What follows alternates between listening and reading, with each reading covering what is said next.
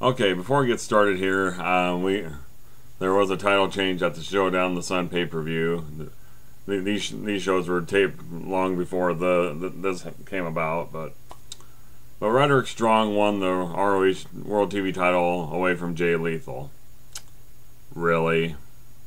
The only way this could be good is if they're gonna set up something with Michael Elgin turning on House of Truth later on down the road and then challenging Roderick Strong for that title.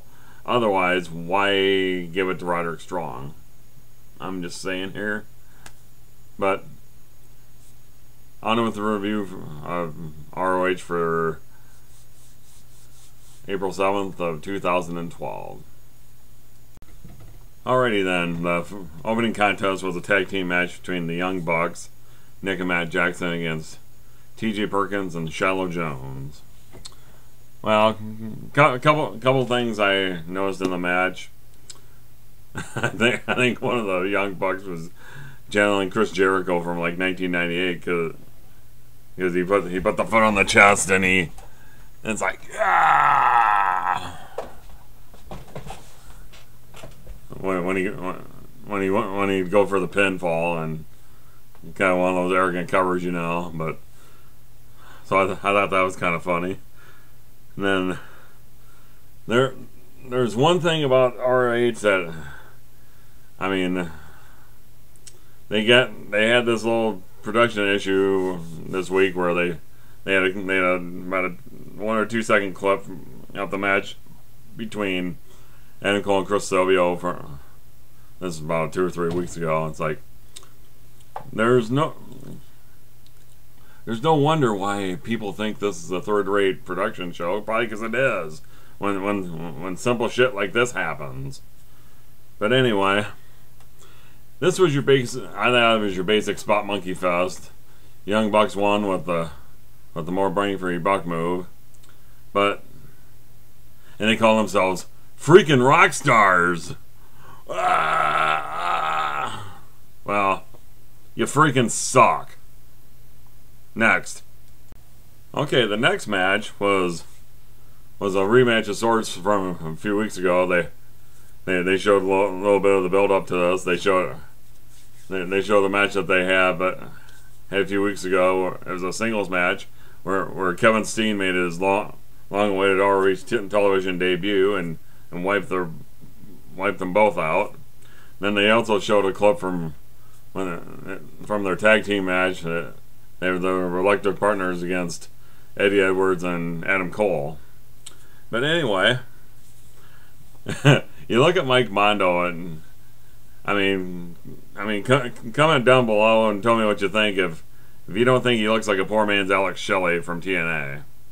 I mean, he's got about the same kind of hairdo and that kind of shit, you know. But there's another little bit of psychology that you don't see very much anymore. Mando, this is where Mike Mando faked a ankle injury, and Taven completely fell for it. And, boy, it's just a classic heel tactic that you don't see anymore. I think the last time I saw that was about 5 years ago with Finlay and his big push on SmackDown. But anyway, I thought this match told a really good story. I mean, as far as like a mid-card match goes, I mean, with a couple of mid-carders basically, I actually thought this was the best match on the card for this week. Mando won with the Mick Foley-esque double arm DDT, and like I said, I thought it was a really good match. Okay, next in lieu of the Inside ROH segment this week, they showed footage from a press conference that was promoting their next pay-per-view on May 12th called Border Warriors up in Toronto, Canada.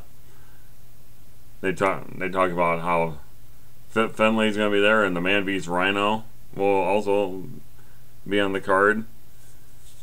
That's what Jim Cornette was talking about, and he had Davey Richards with him. But oh yes, you get an interruption by wrestling's worst nightmare, Kevin Steen, and I'm not going to go into all the specifics of this, but in a nutshell, Kevin Steen basically goads Jim Cornette and Davey Richards into give him a title shot. He's going to get a title shot in his home country of Canada. Kevin Steen is, and all I can say for this is, finally, yes, yes, yes, yes, yes. And just for good measure, yes! Kevin Steen will be your next ROH World Heavyweight Championship. Fuck the world. Okay, then finally, we get to the final four-way of the March Mayhem Championship Series, where the winner of this gets $24,000. It was Adam Cole against Prodigy Mike Bennett with Maria Kanellis and Brutal Bob, Jay Lethal, and the dominant male Tommaso Ciampa with his cast of thousands. You got promos from each guy and each of the combatants in the match. Only thing I had a problem with this is, like,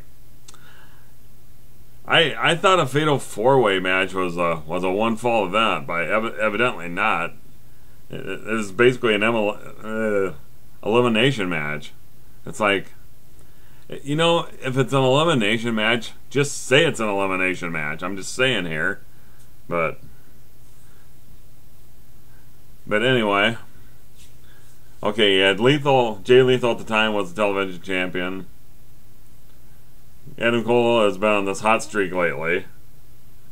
Tommaso Ciampa was still technically undefeated, but the only blemish, if you want to call it a blemish, on his record was that time limit draw he had against Jay Lethal at the 10th anniversary show. Then you had Mike Bennett, who's, well, I think I kind of called this when I was watching this. It's like, Bennett was the first one to go out, as you might have suspected. He fell victim to lethal injection by Jay Lethal, who then got a stiff knee right to the head by Ciampa, and Ciampa pinned Lethal. So what you came down to was Tommaso Ciampa against Adam Cole, and with that, Jay Lethal was helped to the back. Then finally, towards the end of the match, he came running back to the ring to get at Ciampa, but the distraction cost Adam Cole. He got crushed on the rope, went down. Ciampa hits his move, Project Ciampa, and he is covers him for the pin. He's $24,000 richer.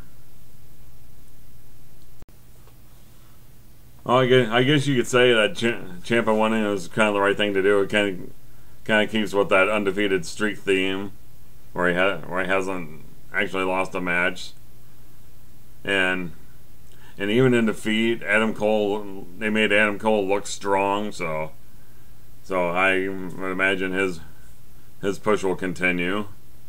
And then Bennett, well, he was basically out there to do the first job, but I think with Jay Lethal being taken out by Ciampa in the match, I think that's just gonna further their feud. Now with Roderick Strong now holding the ROH World TV title, it's like, I guess it's just gonna be a grudge match, I'm guessing.